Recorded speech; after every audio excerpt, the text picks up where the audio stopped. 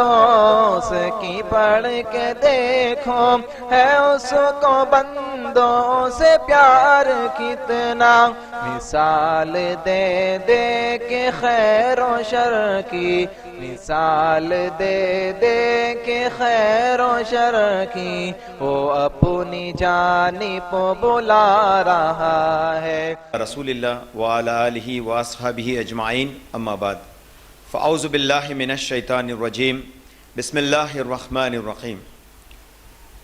قال اللہ تعالی فی قرآن المجید والفرقان الحمید، اقیم الصلاة وآتوا الزکاة واقرضوا اللہ قرضا حسنا وما تقدموا لانفسکم من خیر تجدوہ عند اللہ هو خیر واعظم اجرا واستغفروا اللہ ان اللہ غفور رحیم۔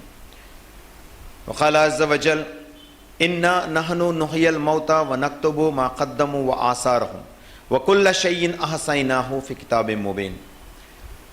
قال النبي صلى الله عليه وسلم بادروا بالصدقة فإن الصدقة فإن البلاء لا يتقطعها فإن الصدقة تطفئ غضب الرب۔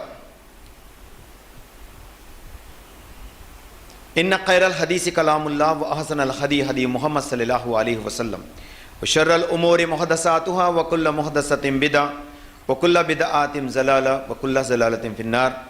وقال النبی صلی اللہ علیہ وسلم من احب سنتی فقد احبنی من احبنی کان معی فی الجنہ او کما قال علیہ الصلاۃ والسلام۔ رب اشرح لی صدری ویسر لی امری واحلل عقدۃ من لسانی یفقهوا قولی۔ ربی یسر ولا تعسر وتمم بالخیر، ربی زدنی علما سبحانک لا علم لنا الا ما علمتنا انک انت العلیم الحکیم۔ معزز و محترم برادران اسلام اور پردہ نشین خواتین کا آج کے اس نشست کا میں اسلامک طریقے سے استقبال کرتا ہوں۔ السلام علیکم ورحمۃ اللہ وبرکاتہ۔ اللہ تعالیٰ کی سلامتی، رحمت و برکت آپ تمام لوگوں پہ ہوں، تمام تعریفیں لائق و زیبا ہوں اللہ تعالیٰ کے لیے جس نے ہم سب کو پیدا کیا۔ اللہ وہ ذات ہے جو ہمیں زندگی بخشا ہے اور اس جگہ پہ جمع فرمایا ہے۔ اللہ وہ ذات ہے جو ہمیں موت بھی دیتا ہے۔ پھر اللہ ہی وہ ذات ہے جو ہمیں خبروں میں لے جاتا ہے اور اس سے اٹھاتا ہے۔ پھر اللہ تعالیٰ نے جن جن نعمتوں سے ہمیں اس دنیا میں وابستہ کرایا ان تمام پہ اوپر سوال کرتا ہے۔ پھر جن کے لیے وہ پسند کرتا ہے انہیں جنت میں داخل کرتا ہے، اور جن سے وہ ناپسند ہوتا ہے انہیں جہنم میں پھینک دیتا ہے۔ اس تمام کاموں کی قدرت رکھنے والی ذات اللہ اکیلا ہے، جس کے علاوہ کسی کے پاس یہ طاقت نہیں ہے۔ اس اللہ کے لیے تعریف حمد و ثنا ہو، بے شمار درود و سلام ہو خاتم النبی محمد مصطفیٰ صلی اللہ علیہ وسلم پر۔ اللہ تعالیٰ کا بے انتہا فضل ہوا، کرم ہوا کہ اللہ تعالیٰ نے بار بار ہمیں اس محفل میں جمع فرمایا۔ ہم اللہ سے دعا کریں گے کہ ہمارے اس آنے کو قبول فرمائے اور اس کا اجر ہمیں دنیا اور آخرت دونوں میں عطا فرمائے، آمین یا رب العالمین۔ جہاں تک اعلان ہوا تھا ایصال ثواب کے جائز طریقے، آج کا عنوان، پہلے ہم یہ جاننے کی کوشش کریں گے کہ ایصال ثواب کیا چیز ہے، اور جو علم ہم ایصال ثواب کے تعلق سے جو طریقے ہم جانتے ہیں کیا ہے، یہ واقعی یہ ہم سب کو صحیح معنی میں ایصال ہو سکتے ہیں یا نہیں، ہم انشاءاللہ اس کے اوپر بات کہتے جائیں گے۔ اور اس عنوان میں تو سمجھتا ہوں کہ ہر مسلمان کو یہ سننا بہت ضروری ہے، کیونکہ ایک ایسا مخصوص عنوان ہے جس کو ہمیں موت کے بعد بھی ہم دنیا میں کون سے اعمال چھوڑ آئیں گے جس کا فائدہ ہمیں آخرت میں بھی ہمارے مرنے کے بعد بھی ملتا رہتا، جس کو ہمیں خود کرنا ہے۔ جو ہم معاشرے میں دیکھتے ہیں ایصال کرو، اور اس کے تعلق سے کئی سارے غلط فہمیاں اور غیر رسم و رواج بھی جو ہے مشہور و معروف ہیں، جیسے کہ ہم مرنے کے بعد زیارت کرنا، قبر کی زیارت کرنا، اس کے اوپر چڑھاوا چڑھانا، اسی طرح سے 9واں دن کھانا کھلانا، 40واں کرنا اور برسی کرنا۔ یہ تو ہم ایصال کے طور پہ جانتے ہیں، لیکن ایصال کا یہ طریقہ جائز نہیں ہے، اور یہ بد عقیدہ اور برے رسم و رواج ہیں، جس کا فائدہ تو دور ویسے گناہ تو ضرور ملیں گا۔ تو ہمیں ان سب کو جاننا ضروری ہے تاکہ ہمارے مرنے کے بعد ہمارے لیے کچھ ایسا عمل اس دنیا میں باقی رہے جو ہمارے مرنے کے بعد بھی ثواب کا ذریعہ بن سکے۔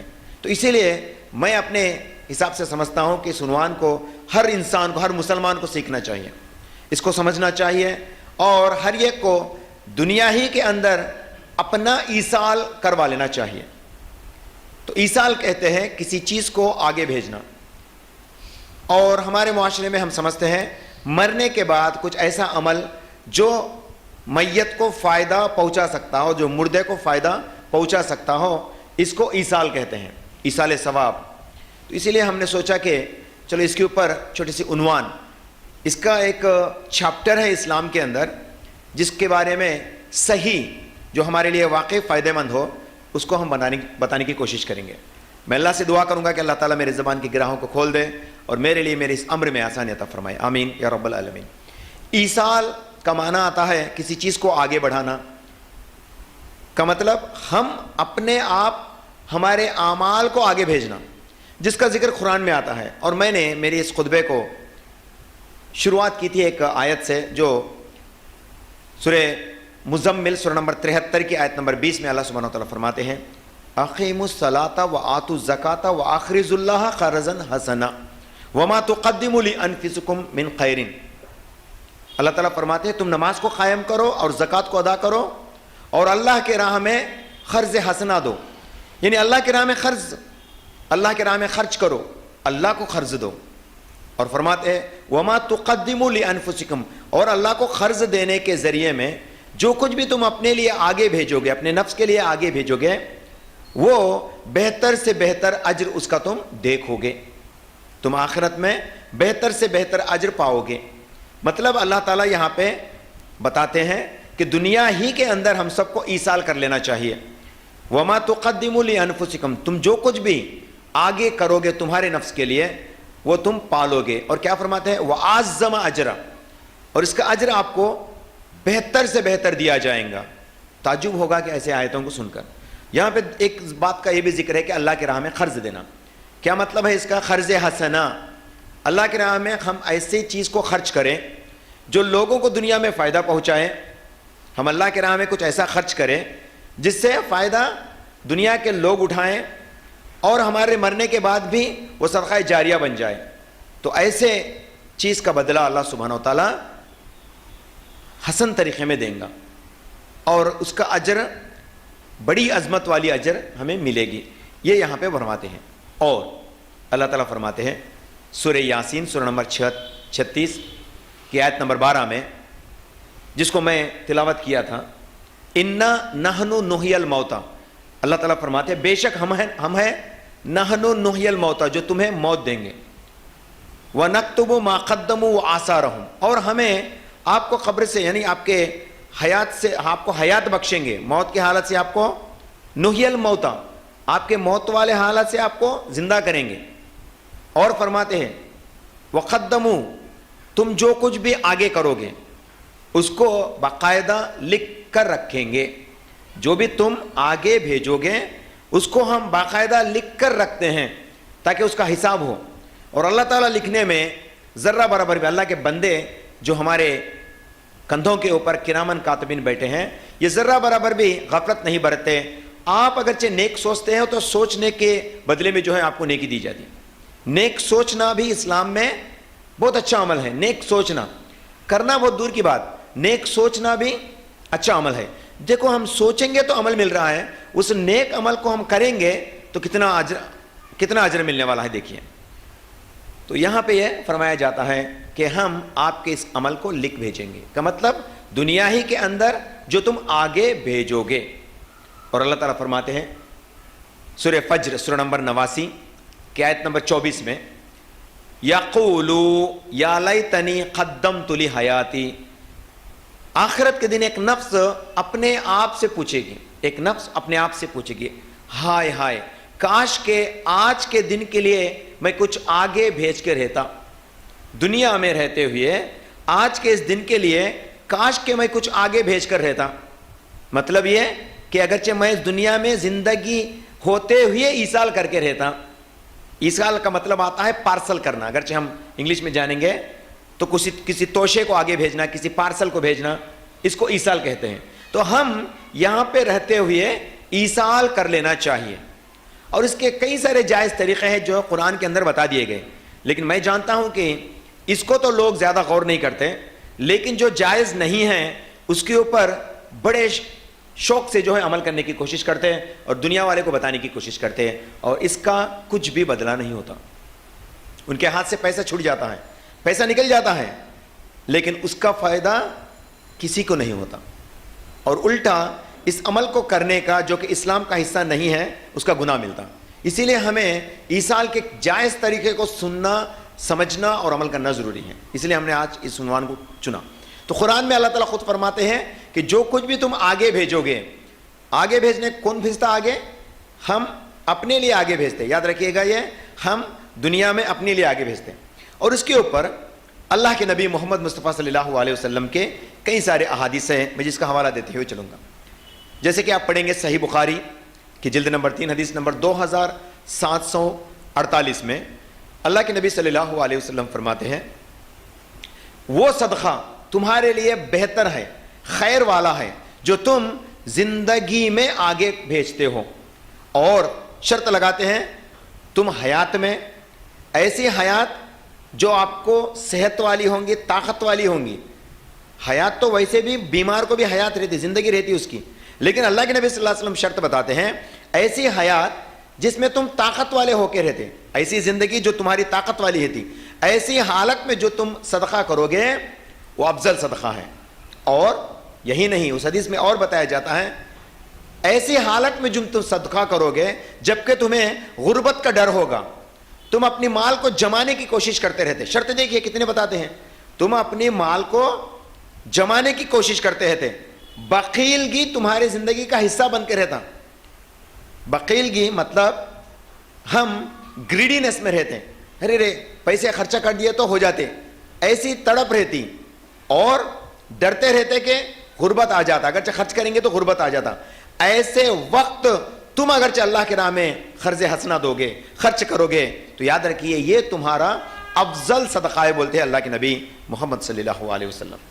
تو ہم سب کو چاہیے جو شرط بتائے، زندگی صحت یافتہ رہنا، طاقت والی رہنا، غربت آنے کا ڈر رہنا، اور بخیل پن بھی رہنا. ایسے شرائط کے اندر اگرچہ ہم صدقہ کرتے ہیں تو یاد رکھیے یہ صدقہ افضل صدقہ ہے.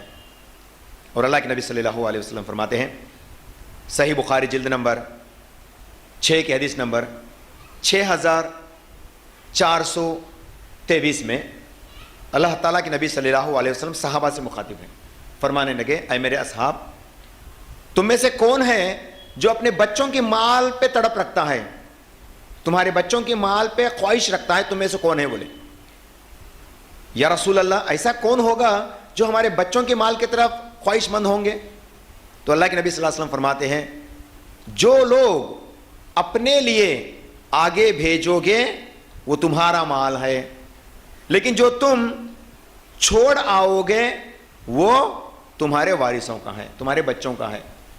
تو تمہارا مال کون سا ہے؟ جو تم زندگی میں آگے بھیجو گے. وہی تو قرآن فرماتی ہے. ایصال قرآن کا حکم ہے، ایصال تم خود اپنا کر لو، ایصال خود بخود کر لو، دوسرے پہ بھروسہ نہ کرو، وہ کرے گا کہ نہیں کرے گا کہ اللہ عالم. بیٹا اگرچہ اچھا بچہ رہیں گا تو آخر میں بولوں گا سب سے نعمت کیا ہے؟ نیک صالح اولاد ہے. اور وہ نیک صالح کیسے بنتے؟ ہم کو بنانا چاہیے، وہ اپنے آپ میں ابھر کے نہیں آتے، نیک صالح بن کے نہیں آتے، ہم کو گائیڈ کرنا چاہیے. تو آخر میں بولوں گا اس کے بارے میں. تو اللہ کے نبی صلی اللہ علیہ وسلم فرماتے ہیں جو تم آگے کے لیے کرے وہ تمہارا ہے، جس کا اجر تم کو بے حساب ملنے والا ہے. قرآن گواہی دیتی ہے وَعَزَّمَ أَجْرَ أَسْتَغْفِرُ اللَّهِ، اور اللہ تعالیٰ سے مغفرت کی دعا مانگو. ان اللہ غفور الرحیم، بے شک اللہ تعالیٰ غفار ہے، تمہارے گناہوں کا معاف کرنے والا ہے. تو ایصال ہمیں خود کر لینا. ایصال کے یہاں پہ وما تقدموا لانفسکم بھی فرماتے ہیں. پہلا قرض حسنہ فرمائے، دوسرا جو تم آگے بھیجو گے فرمائے، تیسرا کیا فرماتے ہیں؟ مغفرت کی دعا کرو، بولتے یہ بھی ایصال ہے. تم اپنے لیے مغفرت کی دعا کرو، مانگو، وہ تمہارا ایصال ہے. تو اس طرح سے قرآن گواہی دیتی ہے اور حکم فرماتی ہے کہ تم زندگی ہی میں ایصال کرو. اور احادیث رسول صلی اللہ علیہ وسلم فرماتے ہیں جو تم آگے بھیجو گے وہی تمہارا ہے. تو اس کے علاوہ اور وہ کون سے جائز طریقے ہیں جو ہمیں قرآن گواہی دیتی ہیں کہ تم ایصال کر سکتے ہو؟ بعض لوگوں کا یہ گمان ہے کہ ایصال مرنے کے بعد بچے جو کرتے ہیں، رشتہ دار جو کرتے ہیں وہ ایصال ہے. نہیں، یہ تو بالکل نہیں. یہ عقیدہ بچوں کا ایصال کرنا یہ بہت سارے جائز طریقوں میں کا ایک طریقہ ہے، اس کے علاوہ تو اور کچھ نہیں. تو آئیے انشاءاللہ اس کو سمجھنے کی کوشش کریں گے. قرآن وضاحت کے ساتھ فرما دیتی ہے سورہ نجم سورہ نمبر 53 کی آیت نمبر 39 میں، وَأَن لَيْسَ لِلْإِنسَانِ إِلَّا مَسْعَى. اللہ تعالیٰ فرماتے ہیں انسان کا تو صرف وہی ہے جس کی وہ جد و جہد کرتا ہے. وہ جو دنیا میں جد و جہد کرتا ہے، جس کو کمانے کی کوشش کرتا ہے، وہی اس کا ہے بولے. اور اس آیت کے ذریعے سے علماء دین جیسے کہ امام شافعی رحمۃ اللہ علیہ، امام شافعی رحمۃ اللہ علیہ کب کے؟ محمد صلی اللہ علیہ وسلم کے بالکل قریب وقت والے امام شافعی رحمۃ اللہ علیہ اس آیت کے ذریعے سے قرآن خوانی جیسے عمل کو رد کرتے ہیں. امام شافعی رحمۃ اللہ علیہ تو تقریباً آج سے 1200 سال پہلے اس بات کو رد کیا گیا، لیکن آج بھی وہ قرآن خوانی سب سے معتبر عقیدہ بن کے بیٹھا ہے لوگوں کا. قرآن خوانی سے فائدہ ہوتا، مرنے والے کو قرآن خوانی سے فائدہ ہوتا، یہ عقیدہ بنا کر بیٹھے. میں اس کے اوپر بھی آخری میں آؤں گا. تو اللہ تعالیٰ قرآن میں فرماتے ہیں جو تم اپنے ہاتھوں سے کماتے ہو وہی تمہارا ہے، اور لوگوں کی امانت کو جو ہے ہمیں حفاظت سے رکھنا چاہیے اور ان کو واپس بھی کرنا چاہیے، نہیں تو ایصال میں ہمارا فرق آنے والا ہے. اب ہم جائز طریقے کے اوپر نظر کریں گے. ایصال کس کے لیے جائز ہو سکتا ہے؟ ایصال کرنے کے باوجود بھی جو خسارے میں آ سکتا ہے وہ کون سا شخص ہے؟ دیکھو ایصال کرتا ہے، بیٹا ایصال کرتا ہے، لیکن وہ ایصال اس کا فائدہ مند نہیں ہے. وہ کون سا بد نصیب ہوگا؟ جس کی دنیا میں قرض رہ گئی ہو، جس کی دنیا میں قرض رہ گیا ہو، دوسروں کا امانت اس کے پاس رہ گیا ہو، اس کے لیے وہ خود کر لے ایصال یا اس کا بیٹا اس کے وارث اس کے لیے ایصال کرے، وہ جائز نہیں ہوتا. اللہ ایک ہے، اس کا جو امانت دوسروں کا بچ گیا ہے اس کو واپس نہیں کیا جاتا. قرآن میں جب آپ پڑھیں گے سورہ نساء سورہ نمبر 4 کی آیت نمبر 58 میں 58 میں اللہ تعالیٰ قرآن میں فرماتے ہیں لوگوں کی امانت واپس دے دیا کرو.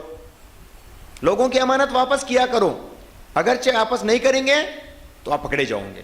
اور اس کا حدیث کا حوالہ اللہ کے نبی محمد مصطفیٰ صلی اللہ علیہ وسلم فرماتے ہیں، صحیح مسلم جلد نمبر 5 حدیث نمبر 4880 سے 4886 تک جب آپ پڑھیں گے اللہ کے نبی محمد صلی اللہ علیہ وسلم فرماتے ہیں جس کا قرضہ رہے گا اس کی معافی نہیں ہوں گی، اللہ ایک ہے جب تک کہ اس کا قرض کوئی ادا نہ کر دے. اور قرض ادا کرنے کے لیے وارث ہی ہونا ضروری نہیں، کوئی بھی ایمان والا اس ایمان والے کے قرضے کو اس دنیا میں ادا کر دیتا ہے، یا قرضہ لینے والا یا قرضہ دینے والا اس قرض کو معاف کر دیتا ہے. یہ دونوں شکل جائز ہیں، یہ دونوں شکل اس کی گنجائش بنتی ہے، دونوں جائز ہو سکتے ہیں. لیکن اگرچہ دونوں میں کسی ایک کو بھی نہیں ہوا تو یاد رکھیے یہ شہید کے لیے بھی جائز نہیں ہے. اللہ اکبر.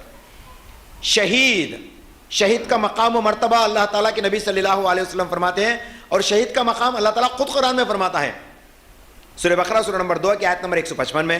اسی طرح سے سورہ آل عمران سورہ نمبر 3 کی آیت نمبر 169 اور 170 میں اللہ تعالیٰ دونوں جگہ پہ فرماتے ہیں کس کا شہید کا مرتبہ، کہ اس کو جنت کے میوے کھلایا جائیں گا، وَلَٰكِن لَا تَشْعُرُونَ. اور فرماتے ہیں شہید کا مقام و مرتبہ بہت زیادہ ہے، تم اس کی شعور نہیں رکھ سکتے. You could not feel them.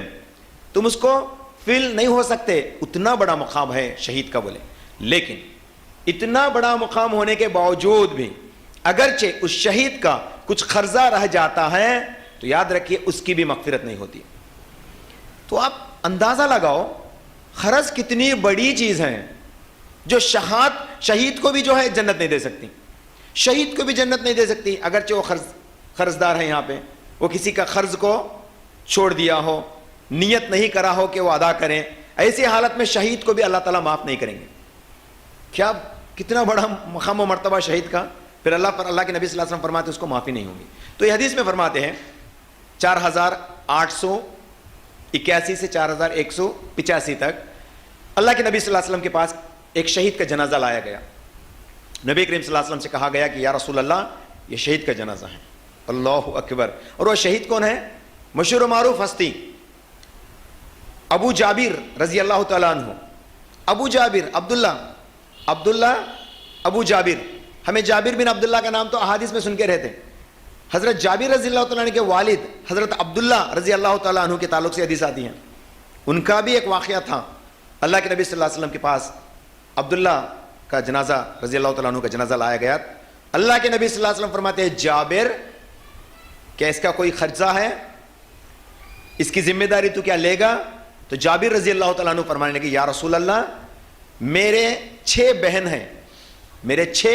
بہن ہیں ان کا بھی ذمہ میں لیتا ہوں کیونکہ میرے والد نے وصیت کر رکھی ہے اور ان کا قرض جو ہے اس کا بھی ذمہ میں لیتا ہوں. بولے کا مطلب ان کا بھی قرضہ ہوگا. تو پھر اللہ کے نبی صلی اللہ علیہ وسلم آگے بڑھتے ہیں اور نماز جنازہ پڑھاتے ہیں. اور اللہ کے نبی صلی اللہ علیہ وسلم کا ایک معمور تھا, ایک عادت تھی, جب کبھی بھی کسی کا جنازہ پڑھانے کے لیے جاتے تو سوال کرتے کہ اس میت کا کیا کسی کا قرضہ باقی ہے؟ فرماتے اگرچہ وہ کوئی کہتا کہ ہاں اس کا قرضہ ہے تو آپ صلی اللہ علیہ وسلم مصلی چھوڑ کے باہر جاتے, مصلی چھوڑ کے بازو کا آ جاتے ہیں اور اعلان کرتے ہیں کہ اس شخص کی ادائیگی, اس کی قرض کی ادائیگی کیا تم میں سے کوئی کرنے والا ہے؟ تو صحابہ کرام رضوان اللہ عنہم اجمعین میں سے کوئی آگے آتے فرماتے یا رسول اللہ اس کا کوئی وارث نہیں ہے لیکن اس کا قرضہ ہے تو میں ذمہ داری لیتا ہوں کہ اس کا قرضہ میں چکاؤں گا. فوراً اللہ کے نبی صلی اللہ علیہ وسلم لبیک کہتے ہوئے جو ہے جنازہ پڑھا لیتے. اللہ کے نبی صلی اللہ علیہ وسلم اس احادیث مبارکہ سے جو صحیح مسلم کے 6 احادیث ہیں کیا نشاندہی کرتے ہیں؟ قرض سے بچو, قرض آپ کو جنت سے دور کرے گی. ایسا قرض جو آپ ارادہ نہیں کرے کہ ادا کریں, ارادہ نہیں کرے کہ ادا کریں, چھوڑ دیں گے, قرض لے لیں گے, اپنا کام گزار لیں گے, لینا واپس دینے کا تو دور کی بات بول کے سمجھیں گے تو ایسا بڑا نقصان پانے والا شخص ہو جائے گا. اسی لیے قرض سے بچنا. جو ایصال بھی کریں گے تو یہ قرض آپ کے لیے آڑ بن جائے گا. نمبر 1. بعد میں جو ایصال, تو ایصال میں سے بچوں کے لیے جابر رضی اللہ تعالیٰ عنہ کو کیا فرمائے؟ تو اس کا قرض ادا کر, یعنی قرض کا ادا کرنا, ماں باپ کے طرف سے ماں باپ کا قرض کی چکائی کرنا, یہ بھی ایصال ہے, یہ بھی ایصال ہے. اور یہ قرض صرف انسانوں کے تعلق سے نہیں بلکہ اللہ کا بھی قرض ہے. جو لوگ نظر مان کے رہتے, اللہ تعالیٰ سے نظر مانگتے لیکن قرض وہ نظر پورا نہیں کر کے رہتے, مر جاتے, ایسی حالت میں اللہ کے نبی صلی اللہ علیہ وسلم حکم فرماتے ہیں کہ ان کے والدین کے مانگا ہوا نظر کا پورا کرنا بچوں کا حق ہے. بچوں کو چاہیے کہ ان کی نظر کو پوری کرے. اس طرح سے میں آگے آؤں گا. پہلے میں دعا کے تعلق سے بتانا چاہوں گا جو کہ بہت اچھی چیز ہے, ایصال کے لیے بہت آسان ہے. اللہ کے نبی صلی اللہ علیہ وسلم فرماتے ہیں تم ایصال کرو, اپنے مرگے سے لوگاں کے دعا کرو. میں یہاں پہ ایک ورڈ یوز کرنا تھا, مرحومین کے لیے دعا کرو. جو ہم یوز کرتے ہیں نا مرحوم فلاں شخص, یہ مرحوم نہیں کہنا چاہیے. شیخ بن باز رحمۃ اللہ علیہ کا, شیخ صالح العثیمین رحمۃ اللہ علیہ کا فتویٰ ہے کہ ہم کسی کو مرحوم نہیں کہنا چاہیے. کیا مطلب ہے مرحوم کا؟ جس کے اوپر رحم کی گئی ہو, ایسے نہیں, بلکہ ہم لوگ کو کیا کرنا, رحمہ اللہ, اللہ تعالیٰ کی رحمت ہو ان پہ, غفر اللہ لہ, اللہ تعالیٰ ان کو معاف کرے, ایسے الفاظ کو یوز کرنا. یاد رکھیے ہم کسی کے لیے دعا کرنا چاہتے ہیں تو ایمان والوں کے لیے ہم لوگ کیا یوز کرتے ہیں؟ رحمہ اللہ, ان کا نام لینا پھر رحمہ اللہ کہنا, یا ان کا نام لینا غفر اللہ لہ لینا. بعض لوگوں کا یہ کہنا ہے کہ جو لوگ دین کی خدمت میں انتقال ہو گئے, دین کی کام کر کے انتقال ہو گئے, تو صرف ان کے لیے ہم رحمہ اللہ یوز کریں گے. جیسے کہ بڑے بڑے عالم علماء کے تعلق سے ہم جن کا بھی نام لیتے تو رحمہ اللہ کہتے ہیں, لیکن عام آدمی مر گیا تو اس کے لیے رحمہ اللہ نہیں یوز کرتے کیونکہ یہ عمل زدہ نہیں تھا, وہ عمل زدہ تھے, اللہ والے تھے, تو اس لیے ان کی خدمات تھے, اسی لیے ان کے لیے اس کرتے. لیکن پھر بھی ہم عام انسان کے لیے بھی انشاءاللہ تعالی رحمہ اللہ یوز کر سکتے, مطلب اس کے بدلے میں اللہ تعالیٰ سے رحم کی دعا, رحمت کی دعا کر سکتے, اور غفر اللہ لہ بھی کہہ سکتے انشاءاللہ تعالی. یہ شیخ بن باز رحمۃ اللہ علیہ کا فتویٰ ہے اور شیخ صالح العثیمین رحمۃ اللہ علیہ کا بھی فتویٰ ہے. تو یہاں پہ ہم مرحوم بول کے نہیں یوز کرانا اس لیے بولا. تو جو مر گئے ان کے لیے دعا کرو. اللہ کے نبی صلی اللہ علیہ وسلم کسی کو مدفون کرتے, صحابہ سے عرض کرتے, اے میرے اصحاب آپ اپنے بھائی کے لیے دعا کرو, آپ کے دعا سے اس کے قبر کے اندر ہونے والی سختی جو ہے کم کر دی جائیں گی. بولے آپ اپنے بھائی کے لیے دعا کرو. کیا دعا کرو؟ بالخصوص اس کے قبر کے اندر ہونے والے سوالات کے جوابات کو آسان دینے کی دعا کرو. بولے اسی لیے ہم سب کو چاہیے کہ جب بھی ہم قبرستان جاتے ہیں کسی کو دفن کرنے کے لیے, فوراً مدفون کے بعد جو ہے تھوڑی سی اس کے لیے دعا کر لینا چاہیے کہ یا ربی اس بندے کو معاف فرما اور اس کے اندر قبر کے اندر ہونے والے سوالات کے جوابات کو آسان دینے کی توفیق عطا فرما, اس کو استقامت عطا فرما تاکہ وہ جواب دے سکے. بس اتنا سا دعا ہمیں کر لینا چاہیے. دعا مرنے والے کے حق میں قبول ہوتی ہے اور یہی صحیح معنی میں پہلا ایصال ہے. اور اللہ کے نبی صلی اللہ علیہ وسلم سے ایک حدیث ثابت ہے, نیک اولاد کی دعا, سبحان اللہ, نیک اولاد کی دعا اپنے والدین کو جنت کے اونچے درجے چڑھا سکتی ہے. اللہ کے نبی صلی اللہ علیہ وسلم فرماتے ہیں سنن ابن ماجہ کی حدیث نمبر 3660 میں, اللہ کے نبی صلی اللہ علیہ وسلم فرماتے ہیں کہ آخرت کے دن والدین کو لایا جائے گا, کہا جائے گا کہ جنت کے اس درجے کو چڑھو, تم اس درجے کے اوپر جاؤ. والدین پریشان سے پوچھیں گے یہ اے اللہ تعالیٰ ہماری وہ کون سا عمل تھا جو ہم اس درجے کو پہنچنے والے ہیں؟ تو ندا دینے والا کہیں گا تمہارے اولاد کی نیک دعا تمہارے حق میں قبول کی گئی اور آپ کو جنت دیا جاتا ہے. بولے جنت کے اندر درجے دیے جاتے ہیں. بولے سبحان اللہ, کتنی اچھی بات ہے. شرط کیا ہے؟ بیٹا جو ہوتا وہ دعا مانگنا. بیٹا دعا کب کرتا؟ بیٹا اگرچہ نیک صالح ہے تو دعا کرتا. بیٹے کو نیک صالح بناتے کون؟ اللہ کے ہدایت کے ساتھ ساتھ والدین کی تربیت. والدین کی تربیت اس کے حق میں کام آ سکتی. اسی لیے چاہیے کہ ہم اپنے بچوں کو صحیح معنی میں تربیت دیں تاکہ وہ ہمارے لیے ہمارے مرنے کے بعد بھی دعا کرتے رہیں اور اس کا ہر عمل ہمارے حق میں قبول کیا جائے گا اور آدھا ثواب ہمیں دیا جائے گا. یہ بہت بڑی بات ہے اگرچہ کوئی سنتا سمجھتا ہے تو اس کو. اللہ کے نبی صلی اللہ علیہ وسلم فرماتے ہیں بچے اولاد والدین کی کمائی ہے. بولے اولاد کیا ہے جی؟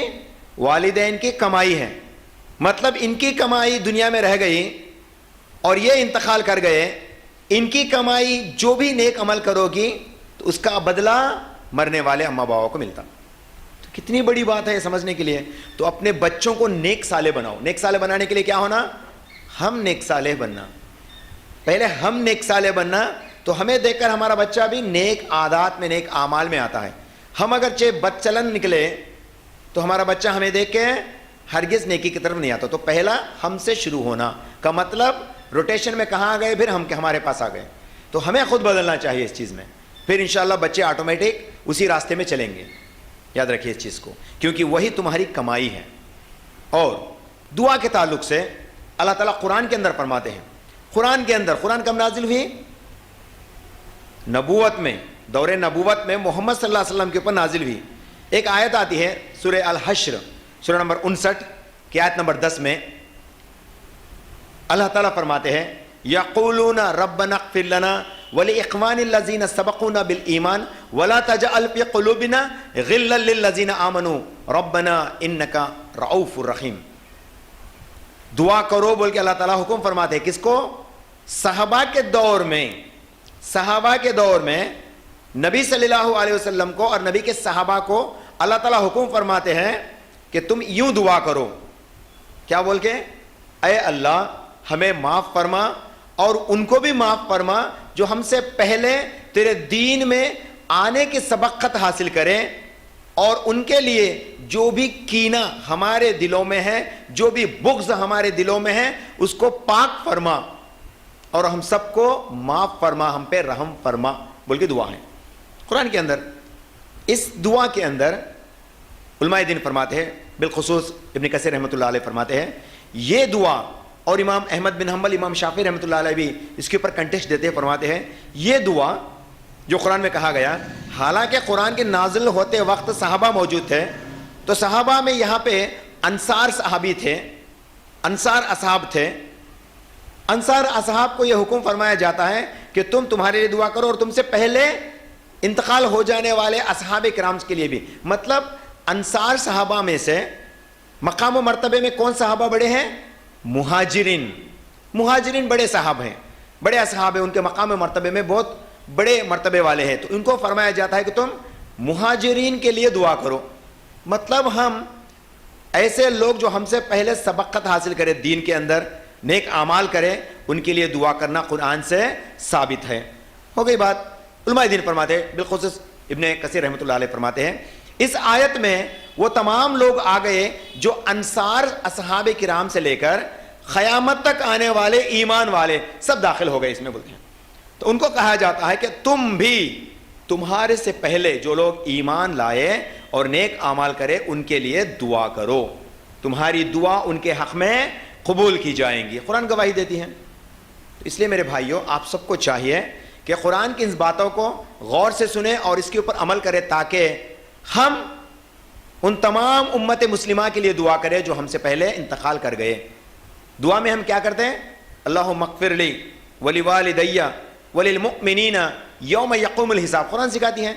سورہ ابراہیم سورہ نمبر 14 کی آیت نمبر 41 میں قرآن فرماتی ہے, ربنا مغفر لنا, اے اللہ تو مجھے معاف فرما اور میرے والدین کو معاف فرما اور تمام مسلمین کو معاف فرما جب تو قیامت کے دن لوگوں کا حساب کتاب لینے والا ہے. اللہ اکبر, کیا پیار سے سکھاتی ہے. دیکھو قرآن, ہم جو ہے کہ قرآن کو نہیں سمجھے, قرآن سکھاتی ہے کہ تم اپنے لیے, اپنے والدین کے لیے اور اپنے تمام مومن مسلمان مرد اور عورت کے لیے بھی دعا کرو جو تمہارے لیے کتنا فائدہ مند ہوں گا. اور جو جس کے لیے دوسرے کے لیے دعا کرتا ہے اس کے غیر حاضری میں اس کے لیے فرشتے آ کے دعا کرنا شروع کرتے ہیں. سبحان اللہ. یہ کہیں بھی آپ کو چھوڑا نہیں گیا. آپ کا ہر عمل ایصال ہے, یاد رکھیے گا. ہر نیک عمل آپ کا آپ کے لیے ایصال ہے. ایصال بولے تو مرنے کے بعد وارث کریں گے یہ نہیں, بلکہ ہر نیک عمل جو تم کرتے ہو زندگی کے اندر وہ تمہارے لیے ایصال ہے انشاءاللہ تعالی. اور دعا کے تعلق سے اتنی بڑی وضاحت جو ہے قرآن کے اندر, احادیث کے اندر فرمائی دی ہے. اور بالخصوص وہ مشہور و معروف حدیث ہم جانتے ہیں اور آپ بھی جانتے ہیں.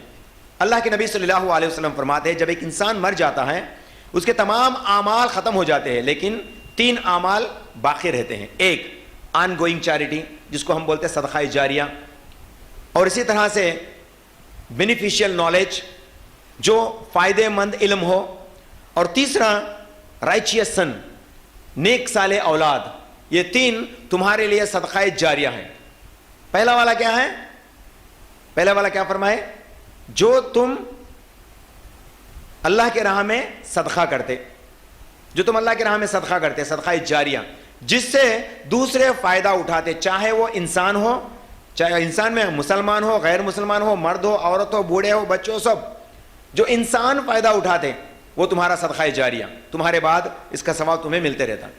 لیکن شرط کیا چاہیے؟ حلال کمائی سے اٹھا کے رہنا. وہ حرام کا تو بدلہ ملتا ہی نہیں. حرام کمائی سے جو بھی کرو گے اس کا پورا نقصان ہی نقصان ہے.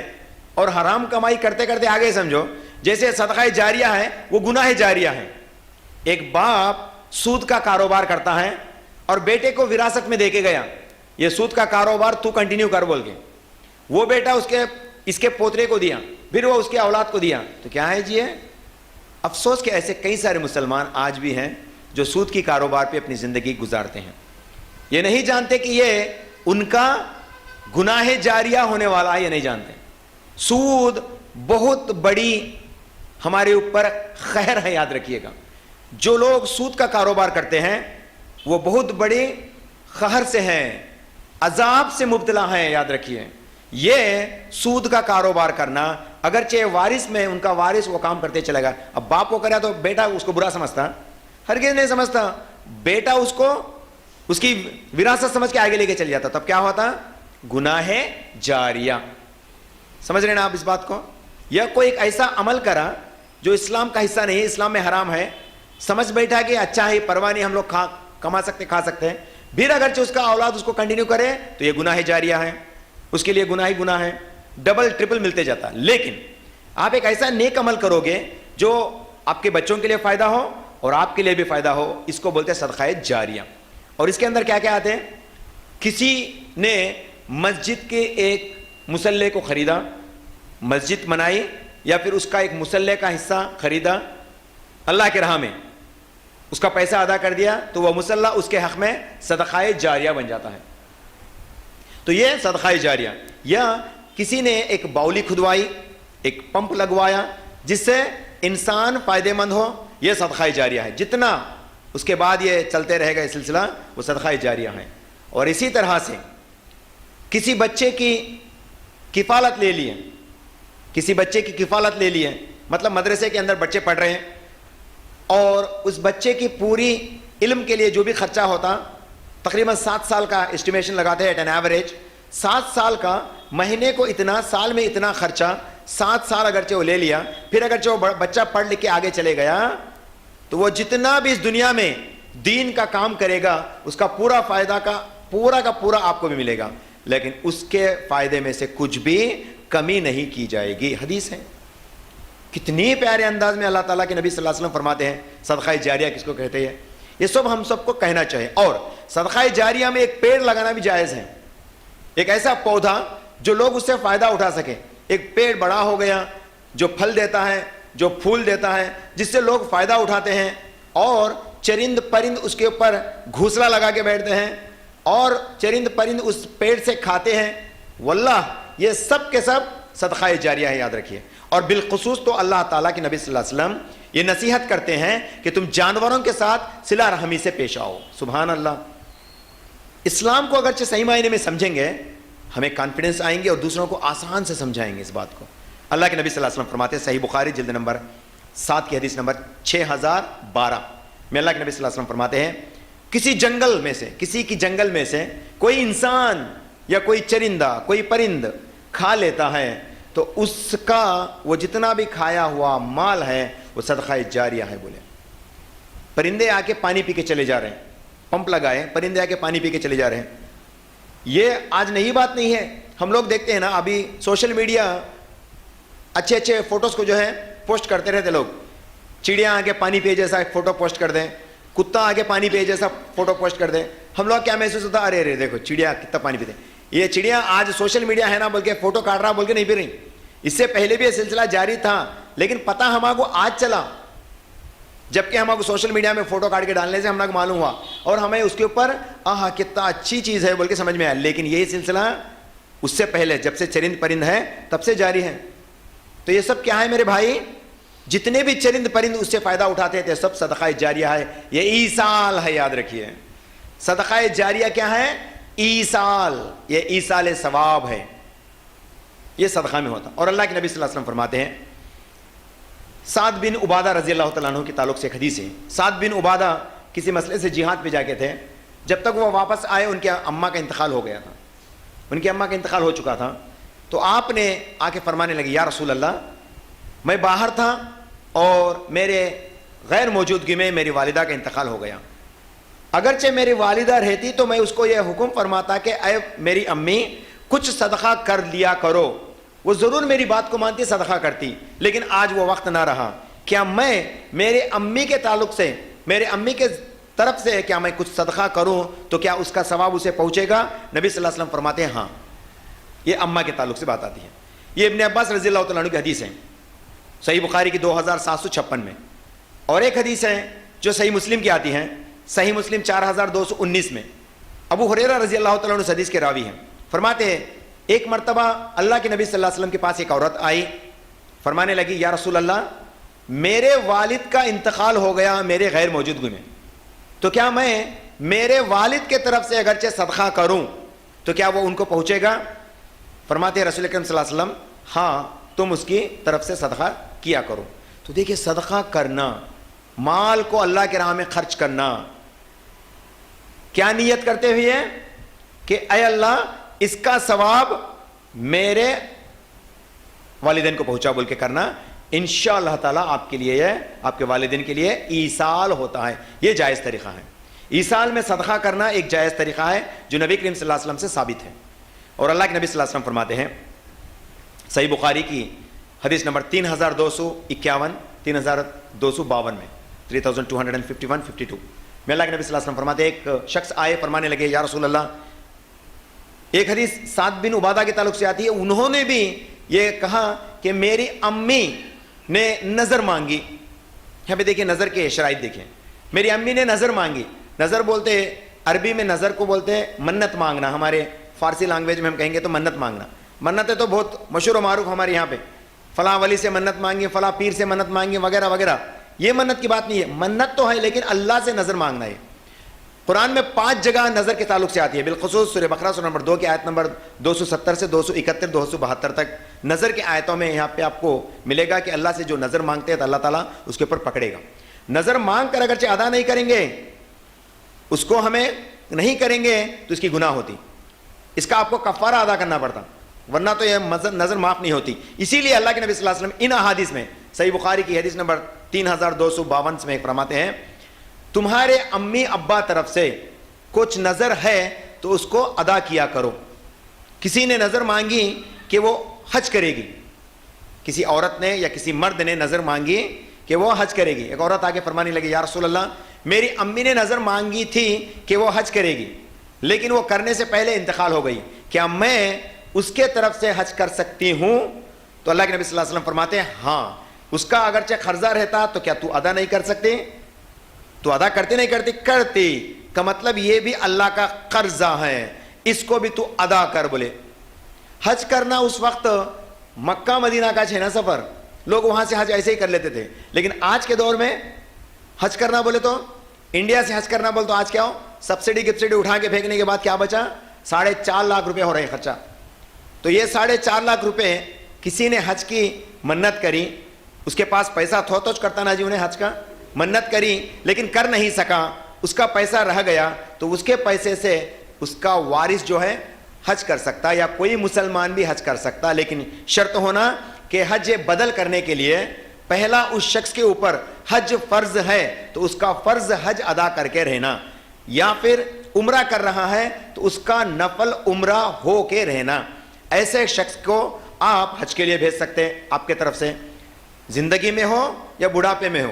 زندگی میں حج کرنے کے لیے پیسے جمائے, لیکن کیا آ گئی, بیماری چھا گئی, ایسی بیماری جو آپ کو پلنگ سے اٹھنے بھی نہیں دیتی, تو ایسی حالت میں آپ کو حج آپ کے اوپر فرض ہے, تو اس حج کو آپ کسی دوسرے مسلمان بھائی جس کا آلریڈی حج ہو چکا ہے اس کو آپ سلیکٹ کر کے جو ہے حج کے لیے بھیج سکتے ہیں. ایک شرط بنتی ہے. اور ماں باپ کے طرف سے بیٹا اگرچہ حج کا نیت کرتا ہے تو بیٹا حج کرنے تک آ گیا بولے تو کیا مطلب ان بھی حج کا فرض ہو گیا اس کے اوپر, ان بھی ادا کر لینا چاہیے, اس کا حج پہلا ہو جانا چاہیے, پھر اماں بابا کی طرف سے حج کریں گا تو انشاءاللہ تعالیٰ وہ بھی اس کے طرف سے کفارہ ہو جائیں گا. تو اتنے شرائط بتاتے ہیں, مطلب حج اور عمرہ اماں بابا کی طرف سے کر سکتے, اور یہ صدقہ یہ دیکھیے یہ ایصال ہے, یاد رکھیے یہ ایصال ہے. کسی نے منت نہیں کی تو کیا بیٹا خالی اماں بابا کو ثواب پہنچانے کے لیے عمرہ کر سکتا, یہ حج کر سکتا؟ ہاں انشاءاللہ تعالیٰ اس کے لیے بھی جائز ہے, لیکن شرط کیا ہے, پہلا اس کا حج ہو جا کے رہنا, یا پہلا اس کا عمرہ ہو جا کے رہنا, اس کے طرف سے اس کا عبادت کا حق ادا ہو جا کے رہنا. پھر اگرچہ وہ اماں بابا کی طرف سے حج کرنا چاہتا ہے, عمرہ کرنا چاہتا ہے تو اہلاً و سہلاً, موسٹ ویلکم, وہ کر سکتا ہے, یہ جائز طریقہ ہے. کتنا خرچہ ہوتا ہے عمرہ میں آج؟ 1 لاکھ روپے. حیدرآباد سے آپ فلائٹ پکڑیں گے تو 1 لاکھ روپے کا خرچہ نکلتا ہے. 40واں کریں گے, برسی کریں گے, تو بڑے بڑے لوگ 40واں برسیاں کرتے تھے, کتنا خرچہ آتا؟ تقریباً 1 لاکھ. جو فائدے مند نہیں ہے, مردے کو کچھ بھی فائدہ نہیں کر سکتا, اس میں لاکھ روپے نکال دے رہے ہیں, لیکن یہاں پہ کیا فضیلت والا چیز ہے اس کو ادا نہیں کر رہے. یہ ہے آج جائز اور ناجائز طریقے کا فیصلہ. تو ہم سب کو سوچ لینا چاہیے کہ جائز کون سا ہے اور ایصال کس کے اندر ہے. یہ ایک ہو گیا. اللہ کے نبی صلی اللہ علیہ وسلم کی طرف سے اور احادیث جاری ہیں کہ ہم کیا کسی کے طرف سے, ایک دیکھیں ایک عام مسلمان ہے, عام مومن مسلمان, کیا وہ کسی مسلمان بھائی کی مدد کر سکتا ہے؟ تو بالکل کر سکتا ہے. اس کے طرف سے وہ نفل صدقہ بھی کر سکتا ہے. جیسے کہ اس سے پہلے اصحاب کرام کو واقعہ ہم لوگ سنے, اسی کے اندر ہم نے سنا کہ یہ چیز ادا کرنا ضروری ہے. کسی کا قرضہ ادا کرنا یہ بھی صدقہ جاریہ ہو سکتا ہے, اسی کے لیے قرض حسنہ فرماتے ہیں اللہ تعالیٰ قرآن کے اندر. تو دیکھیں اس کے کئی سارے جائز طریقے ہیں, لیکن ان میں سے یاد رکھیے کسی کو بھی اس کے اوپر عمل نہیں ہے. کسی کو, بہت سارے لوگوں کو معلوم ہی نہیں یہ چیز, نئی معلومات میں کیا کرتے ہیں؟ جو مشہور و معروف ہے ماحول میں اسی کے اندر ہم ایصال کرنے کی کوشش کرتے ہیں کہ جو کہ اس کا فائدہ نہیں پہنچا سکتا بلکہ الٹا گناہ مل جاتا ہے، اس کا الٹا گناہ مل جاتا ہے، یاد رکھیے گا۔ تو ہم سب کو چاہیے کہ ایصال کے صحیح طریقے کو پہلے پہچانیں اور اس کے اوپر عمل کریں انشاءاللہ تعالی، جو ہمارے لیے بھی فائدہ ہو اور دوسروں کے لیے بھی، اپنے والدین کے لیے بھی یہ فائدہ پہنچ سکے۔ ایصال کہتے ہیں کسی چیز کو نیک عمل کے ذریعے سے آگے فائدہ پہنچانے کو۔ اور ایصال میں کون سے ذریعے بن سکتے ہیں؟ کسی کے روزے چلے گئے، فرض روزے رہنا تھا لیکن نہیں رکھ سکا، کسی مجبوری کے وجہ سے جو روزے نہیں رکھ سکا، سفر میں تھا، بیمار تھا، روزے نہیں رکھ سکا، تو ایسے حالت میں کیا اس شخص کے طرف سے بھی رمضان ہوتے ہی مر گیا، اس کے رمضان کے حیات میں روزے فرض تھی جو کہ اس نے کسی مجبوری کی وجہ سے نہیں رکھا، تو کیا یہ روزے رکھ سکتے ہیں؟ شیخ بن باز رحمۃ اللہ علیہ کا فتویٰ ہے اگرچہ وہ ایک جائز طریقے میں اس کی جائز ریزن تھی جو کہ وہ نہیں رکھ سکا، تو ایسی حالت میں اس کے طرف سے روزے رکھنا ضروری نہیں۔ سمجھ رہے نا بات کو؟ بیماری کی وجہ سے روزے چھوڑا جبکہ وہ صحت یافتہ ہو گیا پھر مر گیا، تو ایسی حالت میں جو جتنے بھی روزے وہ فرض روزے چھوڑا اس کے لیے کوئی کفارہ نہیں، کوئی روزہ بدل نہیں، اس کے وارث کو رکھنے کی ضرورت نہیں، لیکن وہ اچھی حالت میں تھا، صحت اور تندرست تھا، روزہ رکھنے کی خواہش کرتا تھا لیکن روزہ نہیں رکھ پایا کسی وجہ سے، لیکن یہ دو شرط نہیں ہے، نہ وہ سفر میں ہے نہ وہ بیماری کی حالت میں، دونوں وجہ سے نہیں بلکہ کسی اور وجہ سے جو ہے روزہ چھوڑ دیا، تو اس کے وارث کو چاہیے کہ اس کے روزے رکھ لے۔ ہم لوگ تو اس کے جائیداد کو بانٹنے میں لگ کے رہتے ہیں، جائیداد یہ میرا حصہ وہ تیرا حصہ، تو اس کے کتنے روزے ہیں کہ عالم علماء ٹھہر کے تیرا باپ کے کوئی روزے چھوڑا کیا بول کے بولنا وہاں پہ، وہ روزے کی چھوٹے بہن رکھ لیتی، ہم لوگ سب بھی ہی جائیداد کو بانٹ لیتے، بولے تو نہیں ہوتا ایسا۔ تو ہم لوگ سمجھ رہے ہیں نا بات اس بات کو؟ اگرچہ آپ واقعی اپنے والدین سے محبت رکھتے ہیں تو ان کے فرض روزے جو چھوٹ گئے اس کو رکھنا چاہیے، یہ ان کے طرف سے ایصال ہے، یاد رکھیے۔ ایصال بولے تو نومے کو یا تیسرے دن جا کے زیارت کر کے آنا، نومے کو کھانا کھلانا ایصال نہیں۔ ایصال کیا ہے؟ ان کے طرف سے جو حق تھا اس کو ادا کرنا، اور تمام حقوق میں سے بڑا حق کون سا ہے؟ اللہ کا حق۔ تمام حقوق میں سے بڑا حق کون سا ہے میرے بھائی؟ اللہ تعالیٰ کا حق سب سے بڑا حکم ہے، سب سے بڑا حق ہے۔ ایک مرتبہ معاذ بن جبل رضی اللہ تعالیٰ عنہ اللہ کے نبی صلی اللہ علیہ وسلم کے ساتھ بیٹھے تھے، اللہ کے نبی صلی اللہ علیہ وسلم سواری میں آگے تھے، خچر پہ آگے بیٹھے ہوئے تھے اور پیچھے حضرت معاذ بن جبل رضی اللہ تعالیٰ عنہ تھے۔ صحیح بخاری کے اندر کتاب التوحید کتاب نمبر 9 جلد والیوم نمبر 9 کی حدیث نمبر 7272 7272 میں فرماتے ہیں، معاذ بن جبل سامنے بیٹھے ہوئے پیچھے بیٹھے ہوئے تھے، اللہ کے نبی صلی اللہ علیہ وسلم فرمانے لگے، اے معاذ، 3 مرتبہ یہ سلسلہ کہے، معاذ بن جبل فرماتے ہیں، یا رسول اللہ آپ کا غلام خدمت میں حاضر ہے، آپ فرمائیے۔ فرماتے ہیں اللہ تعالیٰ کے اپنے بندوں پہ حق ہے اور اپنے بندوں کے بھی اللہ تعالیٰ پہ حق ہے۔ بندوں کا اللہ تعالیٰ پہ حق یہ ہے کہ بندہ کے چھوٹے چھوٹے گناہوں کو نہ پکڑے اور اس کو معاف کر دے، اور اللہ کا حق بندے کے اوپر وہ ہے کہ وہ اللہ کا حق ادا کرے۔ قرآن میں کیا فرماتے ہیں اللہ تعالیٰ؟ یا ایھا الذین آمنوا اتقوا اللہ حق تقاتہ ولا تموتون الا وانتم مسلمون، سورہ ال عمران سورہ نمبر 3 کی آیت نمبر 102 میں اللہ تعالیٰ فرماتے ہیں، اے ایمان والو تم اللہ کا حق ادا کرو جس طرح سے تمہیں اللہ کا حق ادا کرنا ہے، اللہ کا حق ادا کرو بول کے فرماتے ہیں۔ تو اللہ کے حق میں یہ بھی ہے کہ کسی نے اللہ سے نظر مانگنی، اللہ سے کسی نے نظر مانگی، منت مانگی، تو اس کا حق ادا کرنا وارثوں کے اوپر شرط ہے، یاد رکھیے گا۔ وارثوں کو چاہیے کہ اس کے والدین کے طرف سے اس نظر کو پورا کرے، چاہے چھوٹا ہو بڑا ہو، اور نظر کے پورا کرنے کے تعلق سے جائز نظر کا ہونا شرط ہے، نظر جائز ہو کے رہنا، منت جائز ہو کے رہنا۔ اب حال ہی میں ایک مشہور واقعہ جو فیس بک میں چلتا ہے، ایک اللہ والے شخص کیرلا سے نکلے چل کے جا کے حج کرنے کے لیے، پیدل چل کے حج کرنے کے لیے اللہ والے شخص نکلے۔ پیدل چل کے کرنا، منت مانگ کر کرنا یہ جائز نہیں ہے، یاد رکھیے۔ اگرچہ وہ چل کے بس سمجھ لیے کہ میں اللہ کے راہ میں چل کے جانا چاہتا ہوں، تو یہاں بھی علماء روکتے ہیں کیونکہ تمہاری دوری بہت لمبی ہے۔ اگرچہ تم مکہ کے قریب ہو، 30 کلومیٹر کا فاصلہ ہے بیت اللہ کو پہنچنے میں، تو تمہارے لیے شاید ہی جائز ہو سکتا ہے, کیونکہ پیدل جا سکتے ہو, it's not a hard task. 10 kilometre 20 kilometre پیدل چل کے جانا بڑی مشکل کی بات نہیں ہے, لیکن آپ کہیں ہزاروں کلومیٹر چل کے جانا آپ کے زندگی کے اوپر یہ ظلم کرے جیسا ہے, تم اپنے زندگی پہ ظلم کر رہے ہیں. اسی لیے علماء فرماتے ہیں ایسا جائز نہیں ہے کہ پیدل چل کے, انڈیا سے پیدل چل کے جا کے حج کرنا یہ جائز نہیں ہے. لیکن آج ہمارے پاس کون مشہور ہے یہاں پہ؟ عالم علماء, بڑے بڑے آدمی نہیں ہے لوگ, عالم علماء کچھ بھی بولو, دایاں کچھ بھی بولو, اے مارو رے گولی ان کو, دیکھو رے اللہ والا ہن رے, چل کے جاتا ہے اللہ کا بندہ. اس کا عیسیٰ لوگ چل کے جا کے 3000 کلومیٹر چل کے جا کے حج کرنے جاتا ہے بول کے اللہ اللہ اللہ. پولیٹیشین آ کے ملتے ہیں بولتے وہ ان کے ووٹ بینکنگ کے واسطے آتے ہیں. اب ہم لوگ پاگلا جیسے اس کے پیچھے چلتے ہیں, پولیس والے اس کو پروٹیکشن دیتے ہیں, جو کہ اسلام میں جائز نہیں ہے. اللہ تعالیٰ فرماتے ہیں سورہ نساء سورہ نمبر 4 کے اندر کہ تم اپنے نفس کے اوپر ظلم مت کرو, تم اپنے نفس کے اوپر ظلم مت کرو. نفس کے اوپر ظلم ہی چھنائے, چل کے جا کے کیسا کر سکتے جی؟ بیچ میں مر کو گیا تو جو بچے کا حال کیا ہو, سمجھے گا کہ میں جہاد میں جاتا ہوں. حج کے لیے جو نکلا وہ مر گیا تو جہاد کرے جیسا ہے, یاد رکھیے جہاد میں مر جانے کا ثواب ہے اس کو بھی, لیکن کون سا؟ جو جائز طریقے سے ہو. جائز طریقے سے اگرچہ کریں گے تو انشاءاللہ وہ ثواب ملیں گا, لیکن یہ اپنے اوپر ظلم کر کے نکلیں گے تو شاید ہی وہ اس حق کو پہنچ نہیں سکیں گے. یاد رکھیے گا ظلم کرنا اللہ تعالیٰ نہیں پسند کرتے. ہندی فلموں میں دیکھتے تھا بچپن میں ہم لوگ, پتھر کے پاس جا کے لوگ اے بھگوان تو دیکھتا ہے تو دیکھ, سر پھوڑ پھوڑ کے مر جاتا, ہم نہیں تو حاضر ہو بولتے, سر پھوڑتے بیٹھ جاتے, اور بھگوان آتا بولتا ہے کہ نکو پھوڑ, کیا ہونا بھول بولتا ہے. ایسے یہ طریقے اسلام میں جائز نہیں ہے. سر پھوڑے تو مر کو جاتے, نہ بھگوان آتا نہ فرشتہ آتا بچانے, دونوں آ کے لے کے چل جاتے. کون ہے؟ ملک الموت, انہوں لے کے چل جاتے, لیکن کچھ بھی فائدہ نہیں ہوتا. تو ایسے نہیں, بات کو سمجھیے, جو فائدہ مند ہو وہی کام کرنا چاہیے. تو بہرحال منت مانگا, کیسا منت؟ جو جائز طریقے کا منت ہو وہ آپ کے لیے جائز ہے.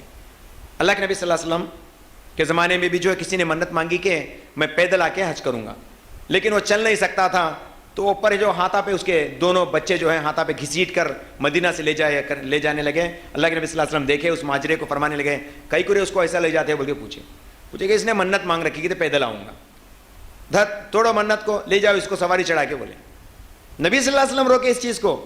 میں اور آپ اور انہوں روکنے میں کوئی حرج نہیں, روکو ایسے لوگوں کو جو جذبات میں آ کر جو ہے ہم لوگ چل کے جاتا میں دوڑ کے جاتا ہم بولتے ہیں. ظلم ہے, اپنے نفسوں کے اوپر ظلم ہے. یہ چیز پہلے سمجھانا چاہیے. پھر بھی نہیں مانتا, انہیں ریٹرن, ابھی اس کو سپورٹ میں کرنے والے کیا کرتے ہیں؟ بیکار لوگ ہیں بھائی, کیا کیا کہ اللہ کا بندہ جا رہا تو اس کو پیچھے کھینچنے کی کوشش نہیں, جاؤ اپنے حساب سے چلو. زبردستی کسی کے اوپر نہیں, دین میں زبردستی نہیں ہے, پیار سے سمجھاؤ, نہیں سمجھاؤ تو لیٹ اٹ دی, چلو چھوڑو اس کو. تو یہ جو چیز ہمارے لیے فائدہ مند ہو انشاءاللہ تعالیٰ وہ ہمارے لیے دنیا اور آخرت دونوں میں فائدہ مند ہوتا ہے. یاد رکھیے. اور اللہ تعالیٰ فرماتے ہیں, اللہ کے نبی صلی اللہ علیہ وسلم فرماتے ہیں, بچے جیسے کہ ہمارے کیا ہے, جو بچے ہماری کمائی ہے. باپ اگرچہ مر جاتا ہے, گائیڈ نہیں کرتا کچھ بھی, کیا بول کے تو یہ کر تو وہ کر بول کے گائیڈ نہیں کرتا, لیکن مر جاتا باپ, لیکن اس کا بچہ 20 سال کے بعد 30 سال کے بعد ہدایت یافتہ ہوتا, اللہ تعالیٰ کی صحیح نصیحت کو پکڑتا, پھر وہ نیک عمل کرتے چلے جاتا, پھر وہ دعا کرتے چلے جاتا. یاد رکھیے یہاں سے جو بھی وہ نیک عمل کرے گا, کہ جو کہ اس کا باپ اسے وصیت کرا ہو نہ کرا ہو, اس کا پورا بدلہ اس اماں باؤ کو ملے گا. ایسے بھی خوش نصیب لوگ ہوں گے انشاءاللہ تعالیٰ, ایسے بھی خوش نصیب ہوں گے انشاءاللہ تعالیٰ. تو ہمیں اب بولے نا انہوں یہ بات ہے, چلو ہمیں نہیں بولے تو بھی چلتا, وہ کیا اللہ والا بندہ انہیں بھی ہوا تعالیٰ بول کے سمجھیں گے نہیں. نصیحت کرو.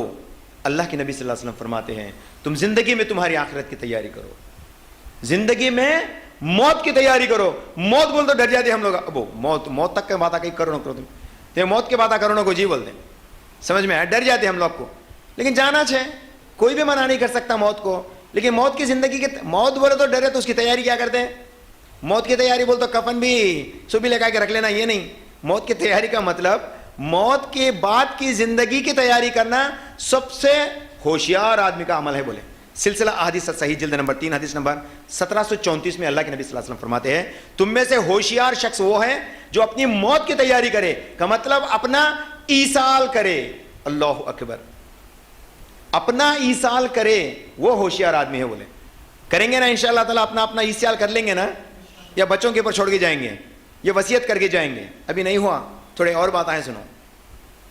اللہ کے نبی صلی اللہ علیہ وسلم فرماتے ہیں, حضرت عائشہ رضی اللہ تعالیٰ عنہ سے حدیث کی راوی ہے, فرماتے ہیں صحیح مسلم کی جلد نمبر 3 کی حدیث نمبر 2198 2198 میں اللہ کے نبی صلی اللہ علیہ وسلم کی حدیث کو فرماتی ہے, جس شخص کا جنازہ 100 لوگ موحد جو توحید میں مانتے ہیں, جو شرک سے بچ کر رہتے ہیں, جو بدعات سے بچ کر رہتے ہیں, ایسے 100 لوگ اس کا جنازہ پڑھیں گے تو یہ اس کے لیے ایصال ہے, اس کو معاف کیا جائے گا. بولے سبحان اللہ.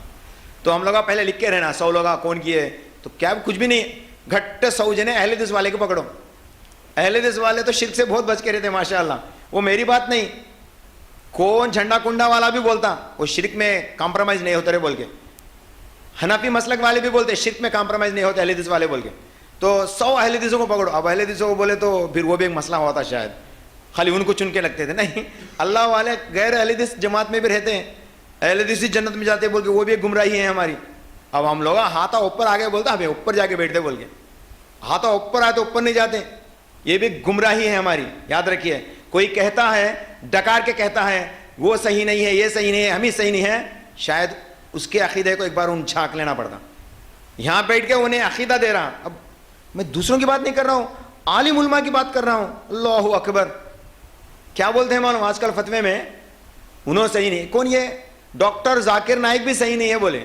اب وہ اللہ والے انہوں کے نزدیک میں وہ صحیح کون ہے کہ مجھے بھی شک ہے. اب ڈاکٹر ذاکر نائک بھی صحیح نہیں ہے کیونکہ وہ پورے لوگوں کو دنیا بھر اسلام سکھاتا ہے نا, اس لیے صحیح نہیں ہے شاید ان کی نظر میں.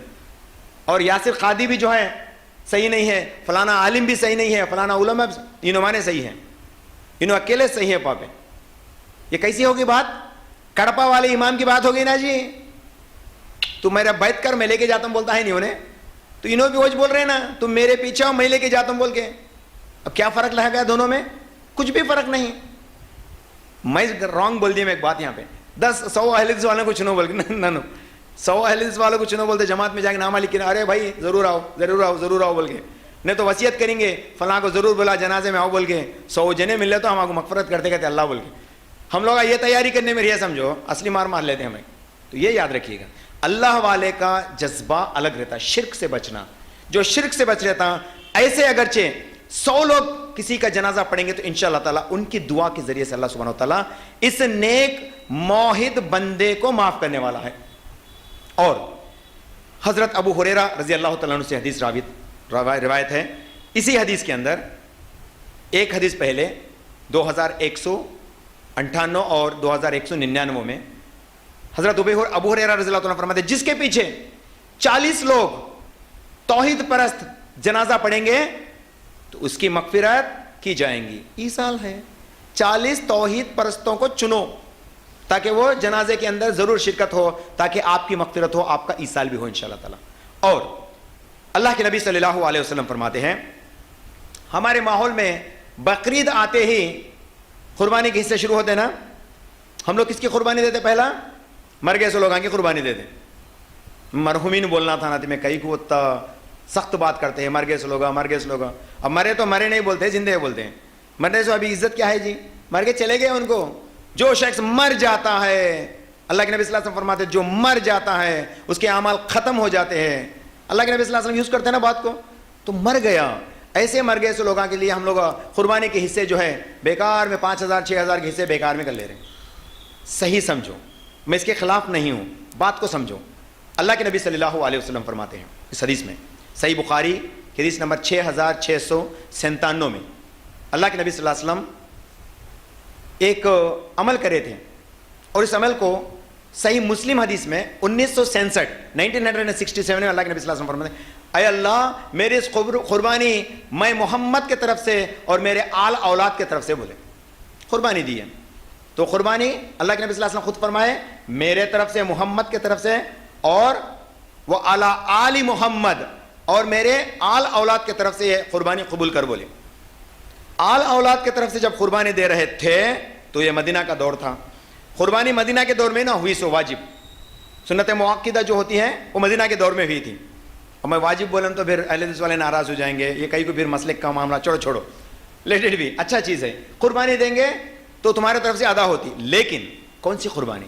اللہ کے نبی صلی اللہ علیہ وسلم جب ذبح کرے تھے تو انہوں نے کہا آپ صلی اللہ علیہ وسلم نے یہ میرے طرف سے اور میرے آل اولاد کے طرف سے. ہو گئی بات.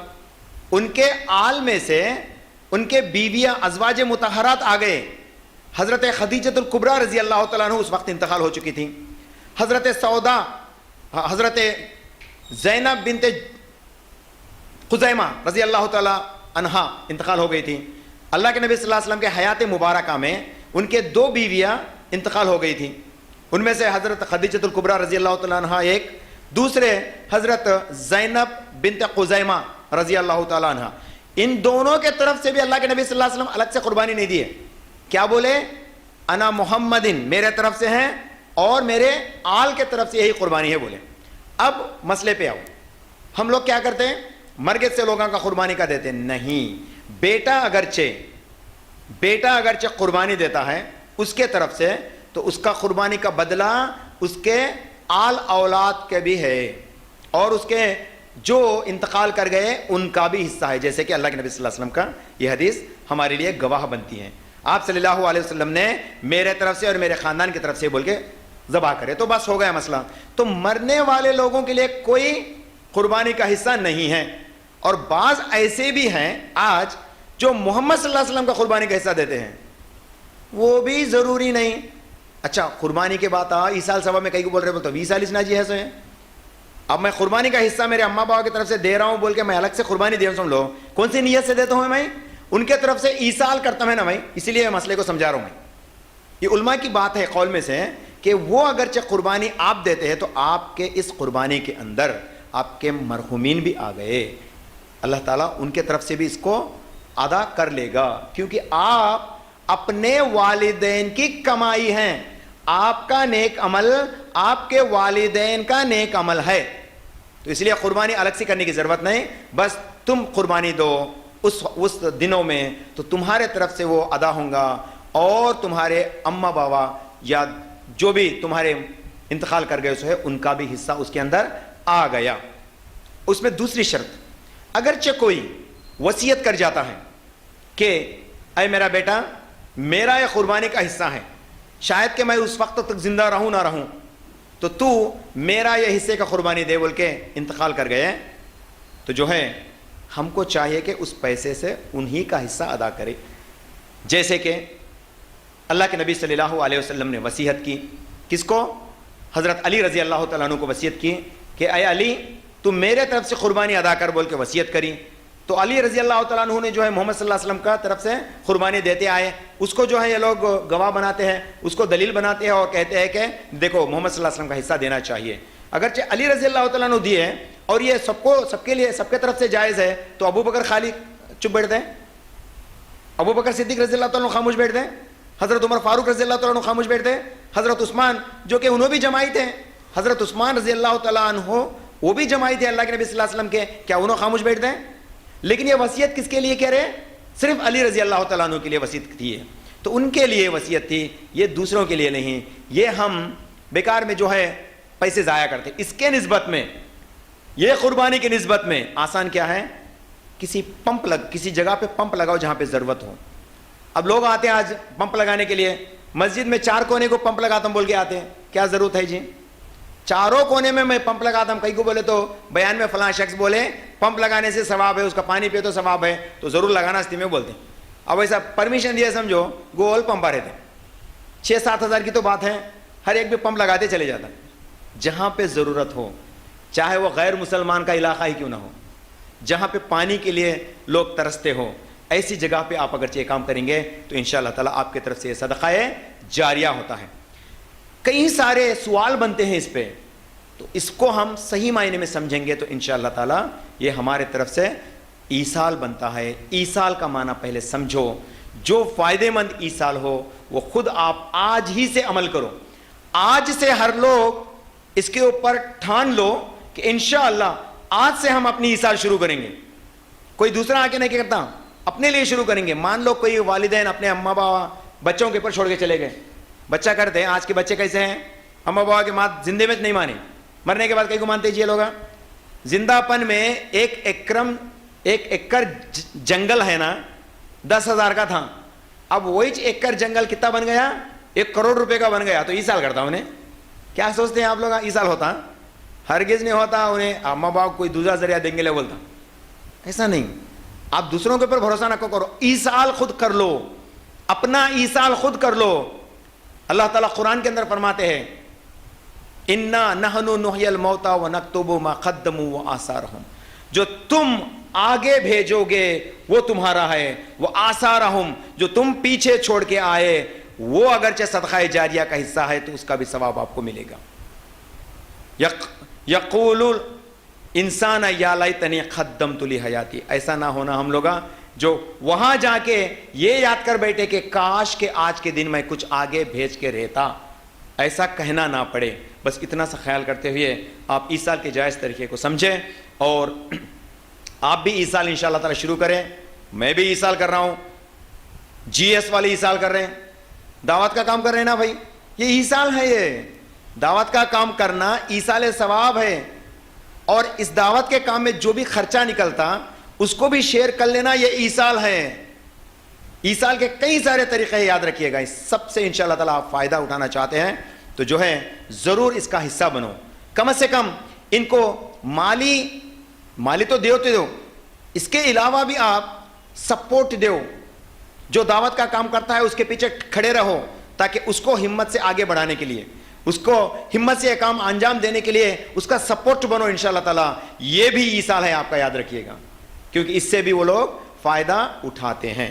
ہم اللہ سے دعا کریں گے کہ اللہ تعالیٰ ہمارے آج کے اس کہنے کو قبول فرمائے, اور یہاں پہ جتنے بھی بھائی ہیں اور اس ویڈیو کے ذریعے سے جو بھی لوگ فائدہ حاصل کریں گے ان سب کا جزا مجھے اور یہاں پہ بیٹھے میرے تمام بھائیوں کو عطا فرمائے, اور اللہ تعالیٰ ہمارے نیک اعمال کو ذرہ برابر بھی اس کو قبول فرمائے, اور انشاءاللہ تعالیٰ اس کا اجر ہمیں دنیا اور آخرت دونوں میں عطا فرمائے.